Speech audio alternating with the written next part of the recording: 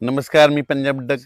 मी खूप दिवसापासून सांगितलं की राज्यात वादळी वाऱ्यासह गारपीट होणार आहे. परत एकदा आज सांगतो की नाशिक जिल्ह्यामध्ये म्हणजे नाशिक, नंदुरबार, धुळे, जळगाव, उत्तर महाराष्ट्रामध्ये जोडून ते 31, 1, 2, 3, 4 तारखेपर्यंत काही काही ठिकाणी पावसाळ्यासारखा पाऊस पडणार आहे. कुठं काही ठिकाणी गारपीट होणार आहे, कुठं वारं सुटल, जिथून काही ठिकाणी नुसतं वारं सुटल. म्हणून हे अंदाज सर्व शेतकऱ्यांना लक्षात यायचा. मग सांगायचं झालं तर हा पाऊस कुठं पडणार आहे, तर उत्तर महाराष्ट्र, पूर्व विदर्भ, पश्चिम विदर्भ, मराठवाड्यात ह्या सगळीकडे ह्या जवळपास 5 दिवस पावसाळ्यासारखा पाऊस पडणार आहे. म्हणून हा अंदाज विशेष करून शेतकऱ्यांना लक्षात यायचा. म्हणजे दररोज वेगवेगळ्या भागात पाऊस पडणार आहे. काही काही ठिकाणी पेंडवालता पडेल, कुठं पाणी साचल, कुठं रिमझिम पडेल, काही ठिकाणी विजेच्या कडकडासह पाऊस पडणार आहे. म्हणून हा अंदाज सर्व शेतकऱ्यांनी लक्षात घ्यायचा. कारण की राज्यामध्ये आतापर्यंत तुम्ही गारपीट होत असते, फक्त एका भागातच होते, पण ह्या पावसामध्ये 31, 1, 2, 3च्या दरम्यान राज्यात ठिकठिकाणी गारपीट होणार आहे.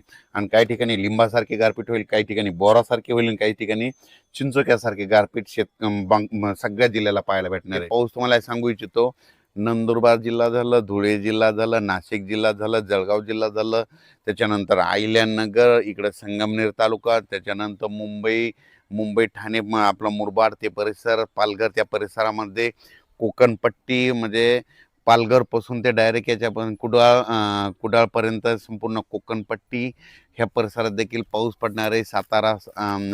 सातारा, कोल्हापूर, तसेच तिथपर्यंत ह्या कोकणपट्टीमध्ये देखील खूप पाऊस देखील होणार आहे, गारपीट देखील होणार आहे. म्हणून हे लक्षात घ्यायचं. त्याच्यानंतर सांगायचं झालं विदर्भाकडून घेऊत आपण, वर्धा, नागपूर, भंडारा, गोंदिया, चंद्रपूर, यवतमाळ, वाशिम, हिंगोली, नांदेड, परभणी, लातूर, धाराशिव, बीड, जालना, संभाजीनगर, अहिल्यानगर, जळगाव, बुलढाणा, अमरावती, अकोला ह्या पट्ट्यात देखील म्हणजे 3 एप्रिलपर्यंत चांगला पावसाळ्यासारखा पाऊस पडेल. कुठं जिथं नाही पडलं तिथं वारं सुटेल आणि काही भाग सोडून देखील देईल. म्हणून हे लक्षात येतं. तर मग आता तुम्हाला सांगतो, आता नेमके गारपीट कोणत्या कोणत्या जिल्ह्याला पाहायला भेटेल.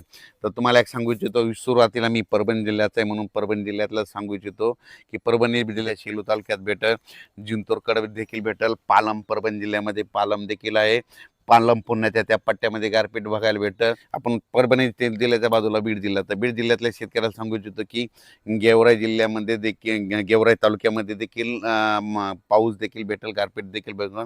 बीड जिल्ह्यात मात्र वादळी वाऱ्यासह पाऊस पडणार आहे, ठिकठिकाणी पडणार आहे, काही भाग सोडून देणार आहे. म्हणून बीड जिल्ह्यातल्या शेतकऱ्यांनी अंदाज लक्षात येतात.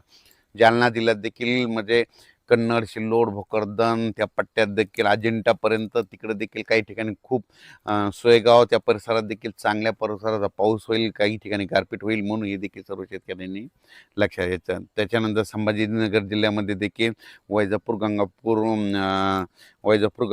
ह्या पट्ट्यात देखील चांगला पाऊस देखील होईल, गारपीट देखील होईल.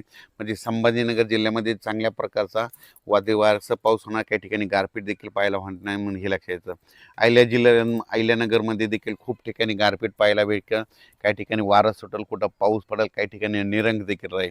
संगमनेर तालुका, त्याच्यानंतर पुणे जिल्ह्यात देखील जिल्ह्यातल्या शेतकऱ्यांना देखील गारपीट पाहायला भेटेल. म्हणून हे देखील पुणे जिल्ह्यातल्या सर्व शेतकऱ्यांनी आपण आपला कांदा असेल, गहू असेल त्याचं काळजी घ्यायची. सातारा जिल्ह्यात देखील गारपीट पाहायला भेटेल.